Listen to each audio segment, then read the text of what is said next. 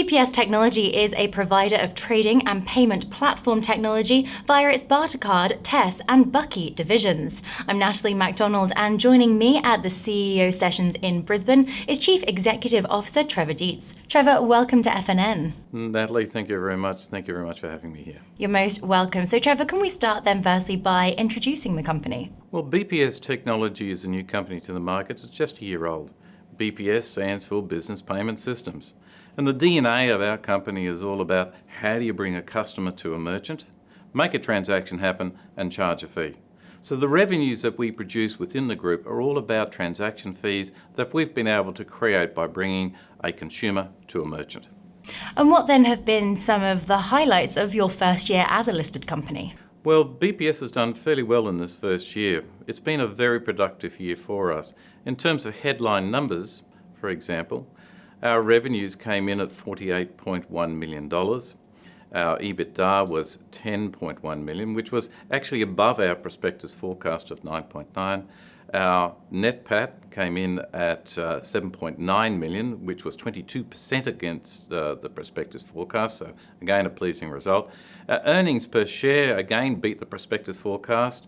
Everything that we've done this year has been a very positive year. We've also purchased back a lot of our existing franchise areas, which have been sort of grown into a period where they had restrictive agreements around them. We couldn't actually grow those businesses. So by buying these back, it's actually allowed us to be able to expand the business, getting it ready for the rollout of Bucky.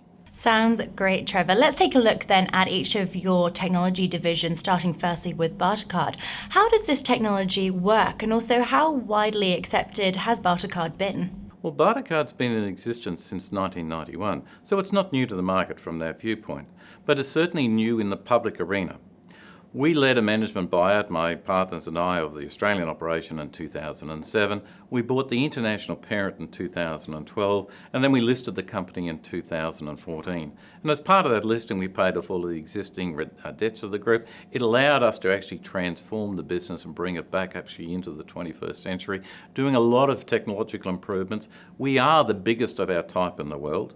We're acknowledged as being the most advanced from a technology viewpoint, but we've done a lot more in terms of being able to record electronically what each of our members do, both what they earn and what they spend, and have the frequency associated with that. So we're using that data now to actually enhance the quality of service and product offerings that we make to our members. That increases the transactional volume. We do more than $600 million worth of transactions each year, 1.8 million across 8 countries. We have 75 offices, 600 staff.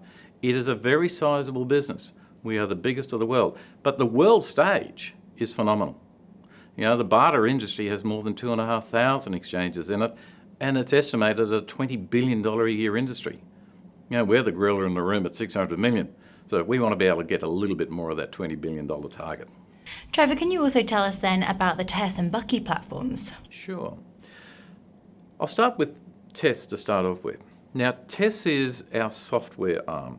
And effectively what we've done there is to take the existing technology that underpins Barter Card, which is recognised as being some of the most advanced in the world, and we've white labelled that, and we've scaled it according to the size of an exchange and their needs.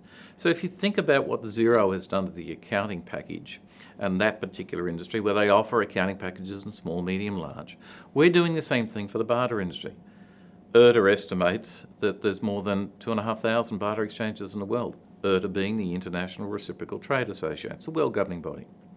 And they decided 2 years ago that they wanted to establish a common set of payment rails and technology across the world. That doesn't exist in our industry currently.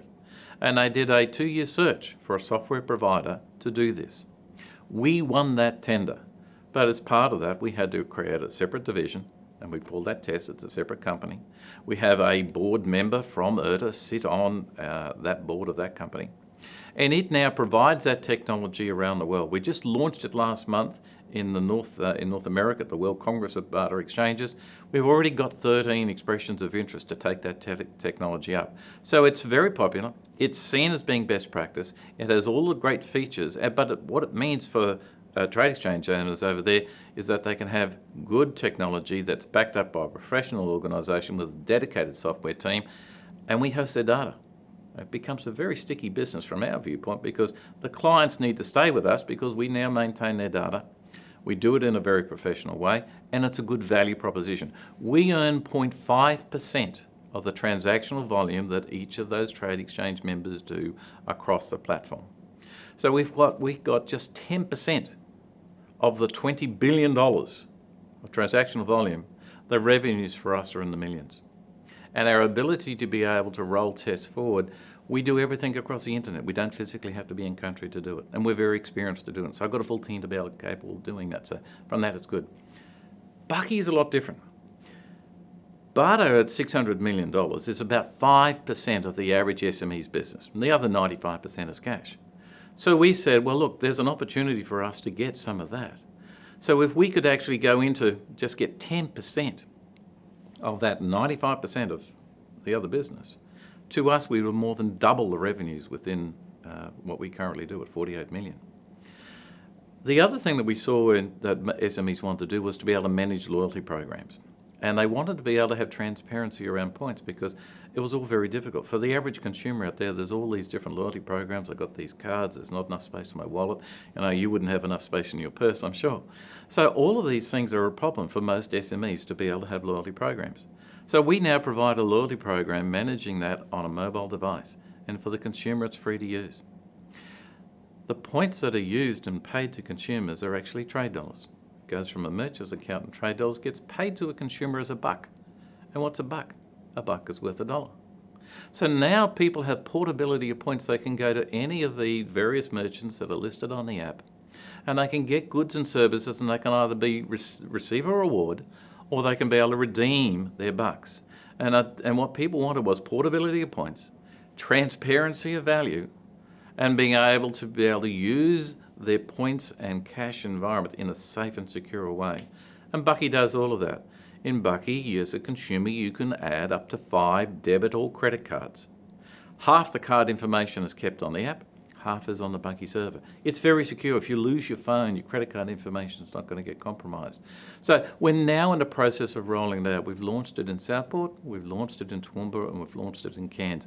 And we will do this all around Australia. And the way in which we take this out to the consumer market is that we work with 3 to 5 not-for-profit organisations like footy clubs and netball clubs and charities in the local area, and we get their supporters to download it and start to use it.